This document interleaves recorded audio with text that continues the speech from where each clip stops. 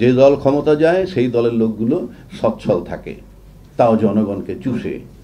যার lion part উপর দিকে যায়, উপর দিকে গেলে তারা যখন ব্যাংকে রাখে, সেখান থেকে আবার আবুল বারাকাত, এসালামের মতো লোকেরা হাজার হাজার কোটি টাকা নিয়ে প্রাড়ো জিপ চালায়, কিছু রাজনীতি ব্যক্তিকেও কিনে ফেলে। দিস ইজ দ্য ক্যারেক্টার আর সিনারি অফ বাংলাদেশ। বাংলাদেশে আমি দেখছি যাদের চামড়া লুজ হয়ে যায়, চুল সাদা হয়ে যায়, তাদের মতো ব্যক্তি যখন ক্ষমতায় যায় তখন চুলগুলো কালো হয়, চামড়াগুলো টাইট হয়ে যায়, আর ক্ষমতা থেকে বের হলে 3 দিনের মধ্যে তার চেহারায় ধস নামে।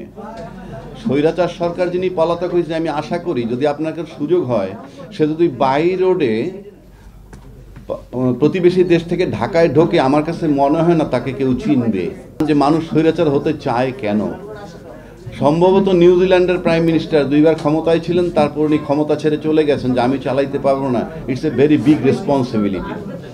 আমি বাংলাদেশে আমার গত 53 বছরে শুনি নাই কোনো মন্ত্রী পদত্যাগ করছেন, কোনো প্রধানমন্ত্রী স্বেচ্ছায় নিজের অযোগ্যতার কারণে পদত্যাগ করছেন আমরা দেখিনি। হয় তাদেরকে জনগণ তাড়াইছে, নয়তো আর্মি তাড়াইছে।